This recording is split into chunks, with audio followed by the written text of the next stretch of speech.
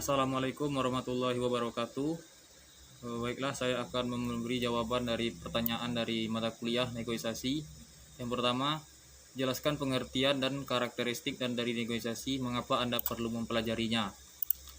Adapun jawaban dari saya adalah karakter negosiasi itu adalah suatu cara dalam rangka untuk menetapkan keputusan yang telah disepakati bersama diterima oleh dua belah pihak, senantiasa melibatkan baik secara individu, organisasi. Dengan mempelajarinya, kita akan mempermudah dalam hal mencapai suatu tujuan.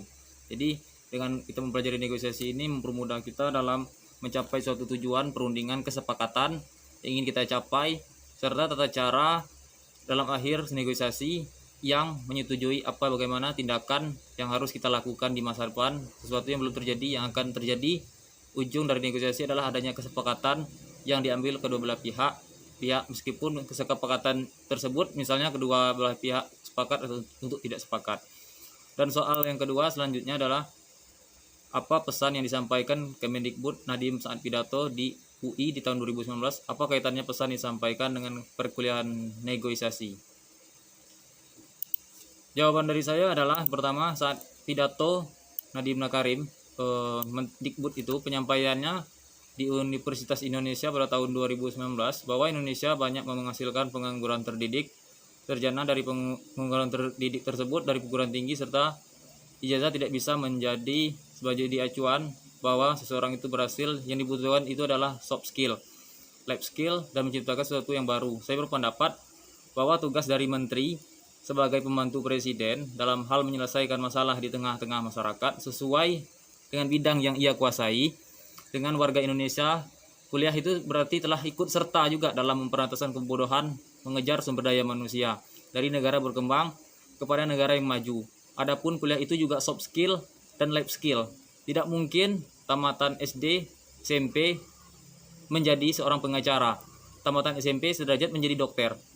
Dengan berkuliahan, warga Indonesia bisa saling membantu peranan pemerintah menyelesaikan permasalahan yang ada di Indonesia. Setiap manusia itu ada gunanya. Dengan adanya peran pemerintah dan masyarakat saling menyongsong kehidupan berbangsa dan bernegara, saling gotong royong, Bhinneka Tunggal Ika, NKRI, harga mati. Dan selanjutnya soal ketiga, apa yang dimaksud dengan strategi taktik tawar-menawar, distributif, integratif, apa perbedaan keduanya? Berikan contohnya. Jawaban dari saya adalah negosiasi distributif itulah merupakan negosiasi yang terjadi antara dua belah pihak dengan hasil akhir menang dan kalah. Artinya dalam negosiasi distributif, satu pihak berusaha semaksimal mungkin untuk menang dalam proses negosiasi dan pihak yang lain akan kalah dalam negosiasi. Teknik negosiasi ini disebut dengan teknik negosiasi distributif. Ini bisa disebut juga dengan cara zero sum atau negosiasi win-loss. Negosiasi yang satu menang dan yang kalah atau bertentangan. Yang selanjutnya adalah negosiasi integratif. Negosiasi integratif cenderung kolaboratif dan pihak yang terlibat akan merasa sama-sama untung atau disebut dengan win-win. Negosiasi yang sama-sama menang atau kolaboratif ini saling menguntungkan kedua belah pihak. Baiklah, dengan selanjutnya soal keempat, mengapa etika dan menjaga harga diri penting dalam bernegosiasi? Berikan alasannya. Jawaban saya itu penting karena etika itu sikap seseorang dalam hal melakukan negosiasi, karena etika itu merupakan sikap pribadi atau serta harga dirinya dalam hal membuat kesepakatan antara dua orang atau lebih, mendapatkan kesepakatan bersama atau dalam rangka sesuatu yang ingin diselesaikan, menyelesaikan konflik ataupun perdebatan yang terjadi dalam organisasi ataupun di tengah-tengah masyarakat. Dengan adanya etika dalam rangka kerjasama untuk mempengaruhi keputusan sehingga pencapaian bersama dan tujuan negosiasi dapat berjalan dengan baik yang sesuai dengan yang diharapkan. Baiklah, selanjutnya soal yang kelima, dalam negosiasi memahami tujuan adalah aspek terpenting. Jelaskan dasar seseorang melakukan negosiasi dengan pendekatan kebutuhan piramida Maslow. Jawaban saya, dalam hal negosiasi memahami tujuan adalah aspek terpenting. Negosiasi merupakan bentuk dari interaksi sosial yang bertujuan untuk mencapai kesepakatan perundingan bersama dalam rangka sehingga kedua belah pihak saling sepakat dan saling menguntungkan. Sehingga dalam hal mencapai kesepakatan bersama, seseorang bernegosiasi dengan pendekatan kebutuhan piramida Maslow. Dengan adanya negosiasi, seorang individu dalam hal suatu proses komunikasi yang diharapkan untuk tujuan mendapatkan pekerjaan, seperti contoh mendapatkan pekerjaan, itu adalah mencapai kesepakatan atau kepercayaan dari atasannya, sehingga terjadinya kesepakatan bersama. Dengan mendapatkan pekerjaan, hubungannya dengan hierarki kebutuhan Maslow, maka kebutuhan Maslow yang disebutkan adalah cara alamiah manusia akan mencari tempat makan ataupun minum ataupun tempat tinggal. Jadi dengan seseorang mendapatkan pekerjaan dengan bernegosiasi, maka seorang individu itu bisa mencukupi kebutuhannya Maslow. Secara alamiahnya manusia akan mencari kebutuhan makan dan minum. Dengan bernegosiasi, aspek terpenting adanya pendekatan hubungan hierarki Maslow. Baiklah, soal selanjutnya adalah jelaskan strategi negosiasi, kompetisi, kolaborasi, menghindar dan akomodasi. Menurut Anda kapan menggunakan strategi tersebut?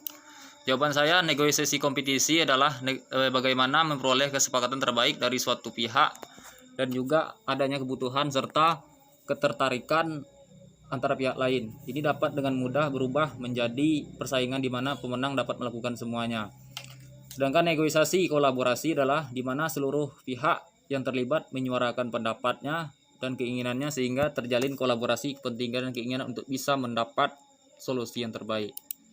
Selanjutnya, negosiasi menghindar dengan tujuan tidak mau ada konflik di antara kesepakatan kedua ini, tidak membuat konflik baru, sehingga untuk mendapatkan ketika melakukan kesepakatan negosiasi ini, maka semua pihak harus menyelesaikan dengan kepala dingin.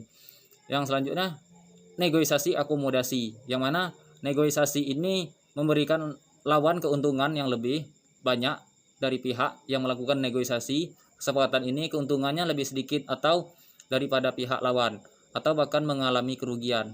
Akomodasi ini disebut dengan negosiasi loss win. Baiklah, soal selanjutnya adalah soal ke nomor 7. Carilah kasus negosiasi dan posisikan Anda sebagai head staff RD di suatu perusahaan. Buatlah proses perencanaan dalam bernegosiasi yang ideal dengan tema hubungan pekerja dan pengusaha di era COVID-19. Bagaimana kondisi perusahaan saat ini? Apa kepentingan Anda? Apa titik resesi Anda? Apa yang menjadi titik henti bagi Anda? Dan jelaskan alternatif yang Anda miliki.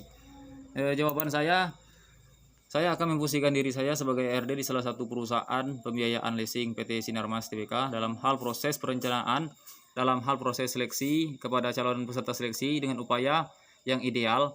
Dampak pada pandemi COVID-19 menggunakan upaya antara pengusaha dan pekerja, calon karyawan dengan sistem direct person direct place of direct time atau direct place, menempatkan seseorang pada tempatnya. Yang mana kepentingan saya di sini adalah sesuai dengan pertanyaannya, kepentingan saya adalah yang mana saya merekrut karyawan yang baik atau yang sesuai dengan minat dan bakatnya, maka produktivitas perusahaan akan berjalan dengan baik dan pengusaha akan saling menguntungkan dan menghasilkan suatu produktivitas. Apa titik resistensi Anda menjadi titik henti bagi Anda?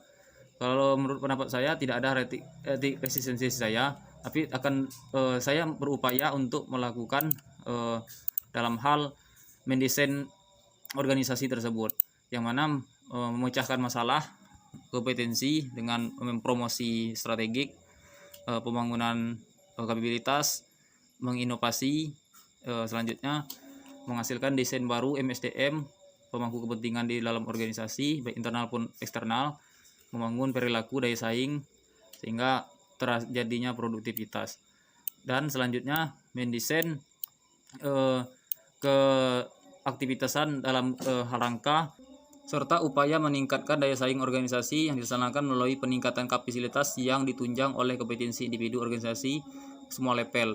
Jadi ada partisipasi ini solusi dalam meningkatkan daya saing sehingga terjadinya produktivitas dan berprioritas pada kata hasil.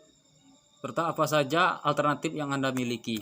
Saya akan memberi solusi seperti membangun SDM membentuk perusahaan yang mempunyai keunggulan berdaya saing. Pertama, memiliki standar partner, yang mana peran MSDM dituntut untuk kemampuan menerjemahkan visi dan misi sehingga strategis bisnis, kebijakan, strategi SDM bisa berjalan dengan lancar.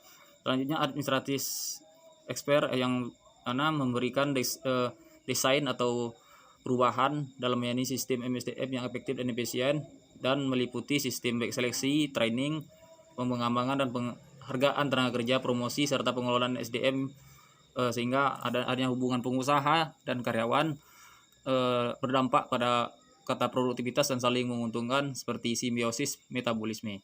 Yang selanjutnya employee champion, yang mana meningkatkan komitmen kontribusi tenaga kerja untuk mencapai keberhasilan organisasi dan melindungi tenaga kerja. Juga saya sebagai MSDM harus aktif memahami kebutuhan tenaga kerja, menyamping kebutuhan terpenuhi baik secara kuantitas dan kuantitas.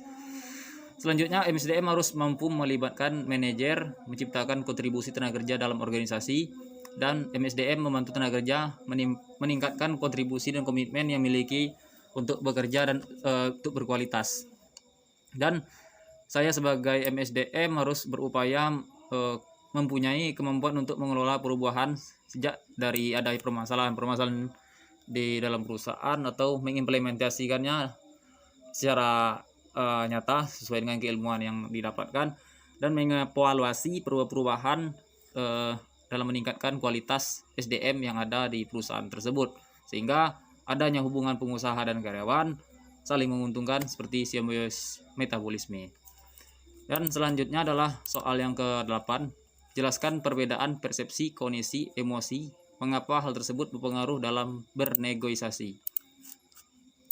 Jawaban saya adalah persepsi itu yang dilakukan untuk memilih dan mengatur menafsirkan ke dalam gambar, yang berarti masuk akal mengenai dunia, sedangkan kognisi adalah mencakup seluruh proses mental yang mengubah masukan dari indera menjadi pengetahuan yang didapatkan dari proses kepercayaan tentang sesuatu yang didapatkan dari cara berpikir tentang sesuatu, sehingga memperoleh ilmu pengetahuan, sumber pengetahuan, dan memanipulasi tersebut melalui aktivitas nyata, mengingat, menganalisis, dan memahami, serta menilai dan menalar dan membayangkan. Dan selanjutnya, emosi itu mempengaruhi cara kita berpikir dan bertindak.